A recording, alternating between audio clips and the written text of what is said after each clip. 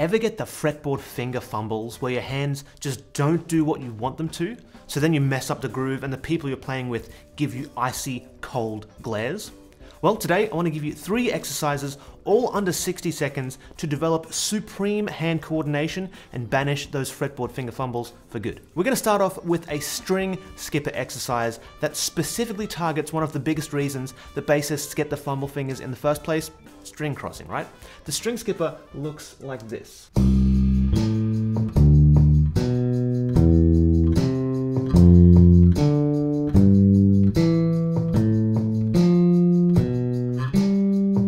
Back down.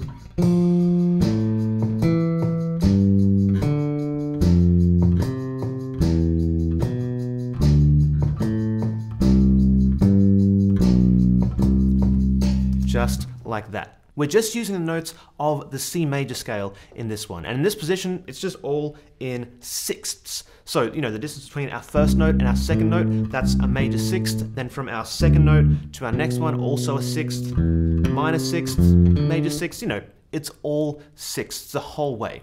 And by the way, if you want the free tabs and notation for all these exercises, plus the track that I'm using, the link is in the description. Now, when you are doing this, there are 3 mistakes you definitely want to avoid, but they apply just as much to our second exercise as this one. So let's cover that second exercise first, and then we'll get to the mistakes right after. Also, if that first exercise is a little bit tricky, that's okay. Number 2 is going to be a little bit easier. Rather than focusing on skipping entire strings, we're going to be focusing on going from one string to the next one, you know, the one right next to it. And the way we do that is by taking that same exact scale, all the notes in that position, and playing them up in groups of 3 and then back down as well. That'll look something like this.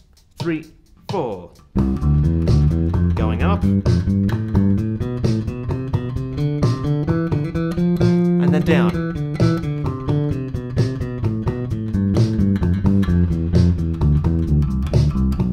Just like that. And if that's a little fast, there's also slower practice tracks as well that you can also use. Makes things just that little bit easier. 4.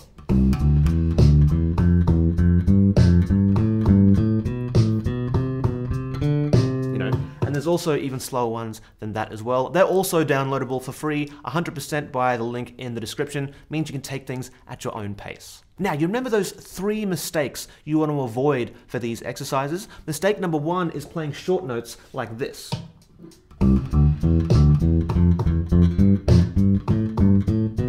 You want to avoid that as much as possible. Playing really short notes is kind of bad news. You want to make them as long as possible. Make them bleed into each other a little bit.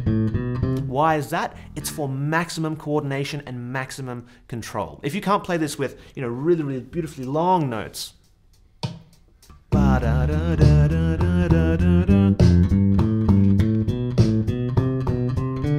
you want them to be, you know, starting right at the place that the other one is finishing. And if you can't do that yet, it's possible your hands aren't as coordinated or maybe as dexterous as they possibly could be, but forcing yourself to take things slow and use uber long notes is going to help immensely, but only if you don't make mistake number 2, which I just kind of mentioned, trying to play too fast. Now, at this point, coordinating your hands, it's not a race, right?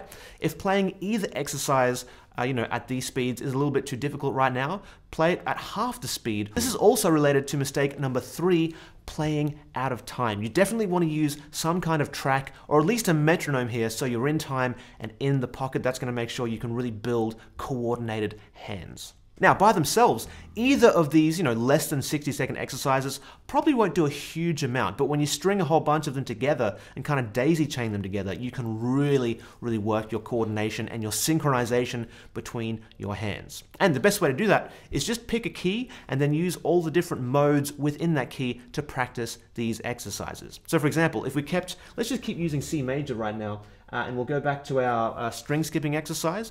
And if we just used all the modes in C major and did the string skipper, it'd sound like this.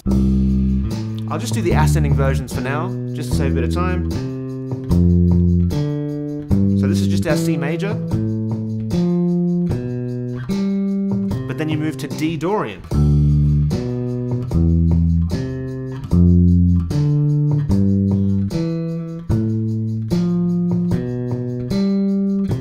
E Phrygian Lydian,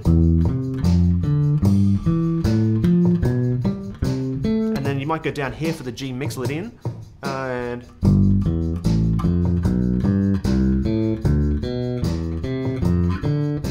then you go up to the A Aeolian,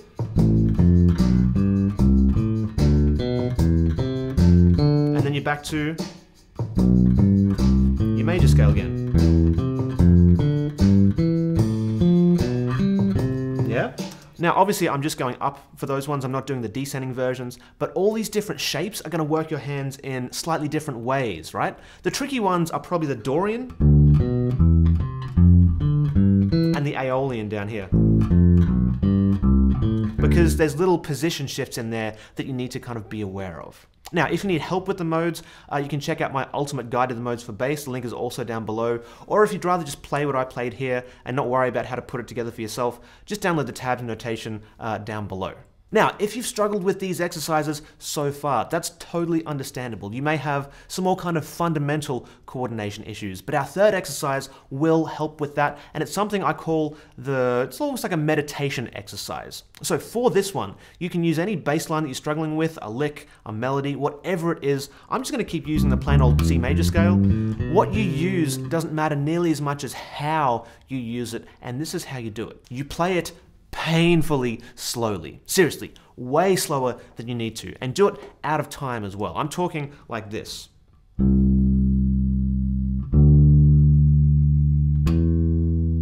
Really, really slow. Even if whatever you're supposed to be playing is to go 1,000,000 miles an hour, we want to slow it way, way down. The idea here is to make everything super controlled, almost like a meditation or mindfulness exercise. You do want to be ultra mindful of every tiny little motion of each one of your fingers in both hands. Now, of course, I can play this major scale way faster than what I was doing before, but the point is to get super coordinated, so know exactly where each of the fingers are in the left hand. Are they flying out here? Are they doing kind of weird things? If they are, try and rein them in just a little bit. See if you can get a little bit more control, a little bit more coordination. Make sure there's no gap in between any of the notes. Make sure one note bleeds right into the next. And go as slow as you possibly can.